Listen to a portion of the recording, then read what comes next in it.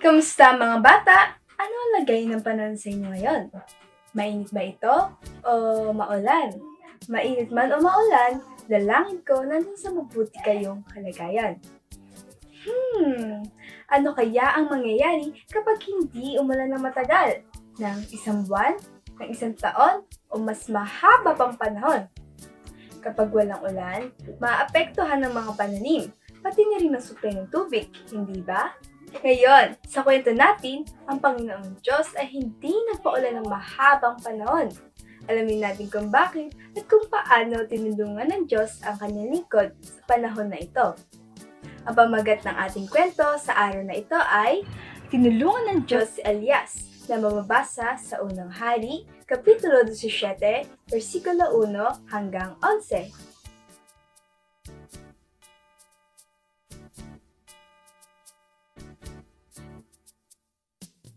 Sinugo ng Diyos si Elias upang sabihin kay Aring Ahab na hindi uulan ng mahabang panahon. Ito ay bilang kaparusahan sa mga masasamang bagay na ginawa ni Aring Ahab. Dahil walang ulan, matutuyo ang mga ilog at matutuyo rin ang mga pananim. Pagkatapos niyang sabihin ang mensahe, sinabi ng Diyos kay Elias, "Pumunta ka sa batis ng Serit, iinom ka roon, at inutusan ko ang mga uwak na magdala sa iyo ng pagkain." Sumunod si Elias. Araw-araw, umaga at gabi, nagdadala ang mga uwak ng tinapay at karne, at umiinom siya ng tubig mula sa batis. Tinutulungan siya ng Diyos araw-araw. Pagkatapos ng ilang panahon, natuyo ang batis dahil wala ng ulan. Muling nagsalita ang Diyos kay Elias, "Pumunta ka sa bayan ng Sarepta. May isang babaeng balo roon na magbibigay sa iyo ng pagkain." Pagdating ni Elias sa bayan, nakita niya ang isang babaeng balo na namumulot ng kahoy. Humingi siya ng tubig at kaunting tinapay. Ngunit, ang balo ay may kaunting harina at langis na lang, sapat para sa huling pagkain nilang mag-ina. Sinabi ni Elias, "Huwag kang matakot. Gawan mo muna ako ng maliit na tinapay, pagkatapos ay para sa inyo."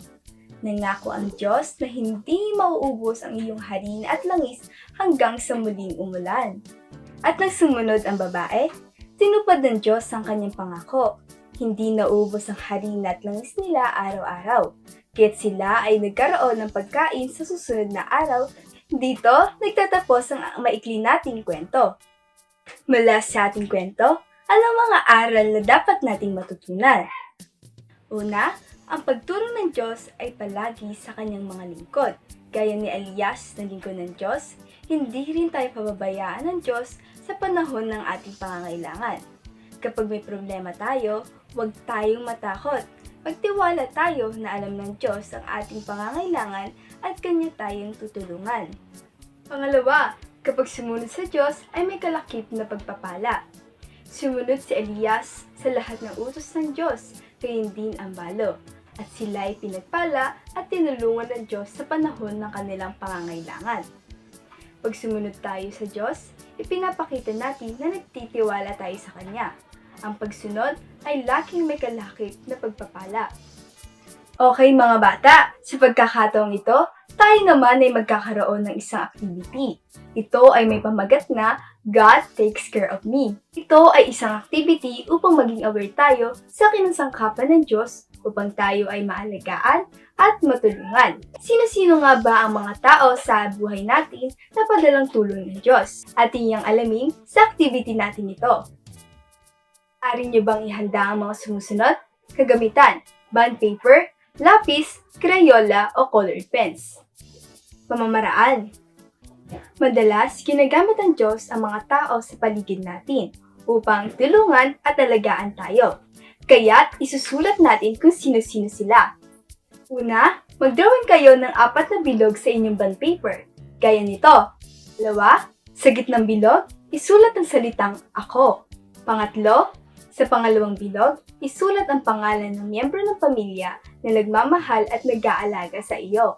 Pang-4, sa pangatlong bilog, isulat ang pangalan ng kaibigan, guro at kapwa pamana na tumutulong o nananalangin para sa iyo. 5, sa pinakalabas sa bilog, Isulat o iguhit ang mga paraan kung paano mo rin may papakita ang pagtulong ng Diyos sa iba. Ito ay maaaring sa pamamagitan ng pananalangin at iba pang mabuting bagay na pwede mong gawin sa iyong kapwa. Nakagawa na ba ang lahat? Mainam naman! Nalaman natin ngayon na ginagamit ng Diyos ang tao sa ating paligid upang ipadama niya ang kanyang pag-ibig at pagtulong sa atin. At tayo rin ay maaaring maging kasangkapan ng Diyos upang magbigay ng pag-ibig at tulong sa iba.